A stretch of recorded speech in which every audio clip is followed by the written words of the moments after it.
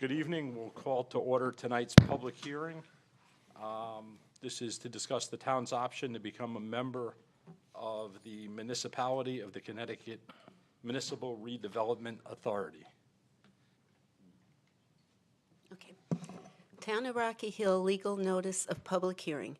The Town of Rocky Hill will hold a public hearing on Monday, April 7th, 2025 at 6:30 p.m. in the council chambers of Town Hall, 761 Old Main Street, Rocky Hill, Connecticut, to solicit public comment regarding the town's option to become a member municipality of the Connecticut Municipal Redevelopment Authority, MRDA. The Connecticut Municipal Redevelopment Authority, MRDA, was established in 2019 pursuant to Section 8-169 II of the Connecticut General Statutes to assist municipalities, stimulate economic and transit-oriented development, encourage residential housing development within development districts, stimulate new investment within development districts, and provide support for creation of vibrant, multi-dimensional downtowns. Interested parties may be heard at this time. Well, for the record, I'm Ray Carpentino, Town Manager. That legal notice just about covers everything I was going to say. The purpose of this public hearing is to solicit public input and the town's option to join the Connecticut Municipal Redevelopment Agency, or the MRDA as we call it. This is sort of a follow-up to the Town Council's last March 17th meeting, when we had Executive Director of the MRDA, David Corse, come in and give a brief explanation of what the MRDA is and how it basically works and what the process is. So I'm going to run through a few, very few slides, make this quick, of that process and what the MRDA really is. Let's see if this works. Beautiful. As it was published in the legal notice, the MRDA was established in 2019 pursuant to Connecticut General Statutes, and the purpose was to assist municipalities, again, to stimulate economic development around transit hubs or around high-density downtowns, to encourage residential housing development and economic development within development zones, which I'll explain what those are in a minute, and to stimulate new investment within these development zones, and to provide support for the creation, again, of a vibrant, multi-dimensional is what they call it, but multi-purpose cultural amenity downtowns, highly dense, with a mix of uses. Now, the assistance comes in a form of a number of different items. Access to funding, which is really priority for us, and also technical assistance to support municipal efforts, again, to spur economic development and housing development and land use planning. It provides, we can access economic analysis, funding options and funding assistance, marketing, community engagement exercises, and also coordination with public-private partnerships, which in economic development we call matchmaking. The MRDA process really consists of 4 basic steps.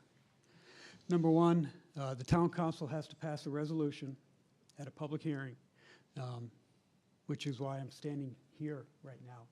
That's the process, step 1.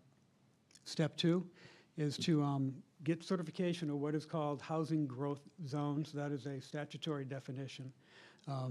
HGZs is what I will refer to them in the next few slides. That is where the MRDA reviews the existing zoning regulations in town in areas that are designated by the town to be eligible or desirable for housing development and commercial development.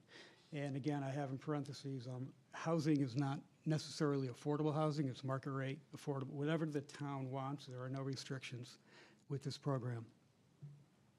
If the MRDA determines that our current zoning satisfies the density requirements, the walkability, the mix of uses within the town center districts and our commercial districts along the Silas Deane Highway, and our Glastonbury Avenue corridor down to the river, which I think they will find those very satisfying.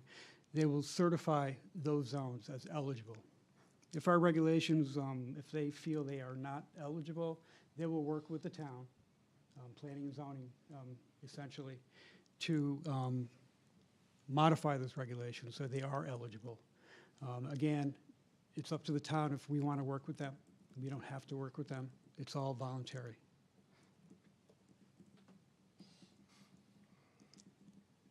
The third step is a memorandum of understanding. Once these areas or boundaries are identified and certified, we have to sign a memorandum of understanding, which I do not have the details of that, but we will know those details before we sign anything. And item number 4, time to develop, time to market. Once the MOU is executed, a developer and any type of entity, even if the town wishes to do something in one of these growth zones, they apply to the MRDA for that particular development, which has already been approved by the town, to apply for financing, funding, marketing, all those other assistance items that I mentioned earlier. That developer would be eligible for, the town would be eligible for. And it's very important, this is like the most important slide. The town retains complete autonomy through the whole process. All actions, decisions are local. MRDA does not require us to do anything that we do not want to do as far as the development goes, the regulations go. There is no cost to the town. There's no obligation for the town to stay in the program. We can opt out at any time. We assume no risk whatsoever with the program.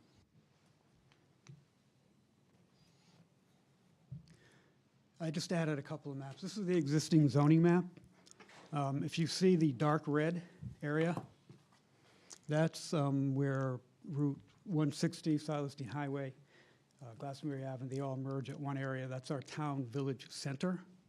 And the outline red that goes to the right, that is the Glastonbury Avenue corridor. Both of those items are statutorily designated village districts. And they require a special architectural review for any development that happens there. And you see the light pink that goes up to the top, that's the rest of the Silas Deane Highway. And the dark pink is the regional where Walmart is, area of Walmart and on the border. And I show this to you just to see where we will be focusing if we do decide to opt in, where we'll be focusing our efforts for establishing these growth zones. This next map was compiled by our Planning and Economic Development and Community Development Office. You see the, I guess it's orangey, pinkish, that's the existing downtown center zone. The outlined purple area is what we're looking at to be proposed to be eligible, at least the first eligible growth zone under the MRDA program. And if you can, I don't know if you can see closely enough, but you see some red titles here. These are apartments and condo developments. And about within a half a mile to 3/4 of a mile, there are about 1,700 multifamily units within the downtown area, within Town Hall, within the municipal campus, within the river, within Ferry Park. In addition to that, there's probably an equal number of single-family houses. So that type of development is very attractive for additional commercial development and downtown development. Retail follows residential. You know, that's the process. It's always been the process. Retail will not locate where there's not a market, and other personal service establishments will not locate where there's not a market, but I think we have a very strong market, particularly if we access some of the MRDA benefits here. And I think that is all I have. Just want to recognize the development team, me, always first. Steve Sopelak, Director of Community Development, Kim Ritchie, Town Planner, Ben Winter, Assistant Town Planner, Alondra Main, Economic and Business Development Manager. So I think I am finished with this presentation, if you have any questions. I do. Ray, we've had this recent phenomenon in town now of apartments being added to office parks. So we've got the Vessel project already in the works, and we have another one, not Vessel, but another apartment complex going through the approval process also, I believe, in Corporate Ridge, correct? Right, behind the hotel. Yeah. Yeah. And, so it seems like we're almost backing into mixed use in that area. We have existing office space, and now we're having residential being overlaid there. And it just seems to me that if this is going to be happening, and it is, that some thought should be put into how we make those different pieces harmonize. I mean, it's sort of becoming another mixed-use zone almost by accident. And I'm wondering if MRDA, if there's a possibility for that district to be recognized as, in effect, a mixed-use zone. And it seems like this, because there's this kind of unusual circumstance that we're sort of backing into, seems like it lends itself to a need for some technical expertise on how to make what's becoming like a new neighborhood, how to make it work. Do you see any potential for our association with MRDA to assist with that? Wait, Ray, before we go to that, just want to, this is the public hearing portion. Yep. So here for the public to speak. This is on the council agenda this evening, so could you just hold that question until we get to the council agenda, so everybody's here? We'll have 2 more seats. I guess that's fair, though. I think the answer to the question might inform, I guess there's nobody here, is there? Well, that's what I wanted to get to first, Bill. I want to see if anybody did have the opportunity to speak before we get into. Bill, you can go over there now. Fair enough. Yeah. Well, Mr. Sitting Trick, I have a little grace here. Just give me, can you answer the question? Can we just delay it to see if anybody does want to speak? Okay, And then I'll be happy to go back to it. That's fair. You did ask if there were questions. Is there anybody from the public that wishes to be heard on this matter?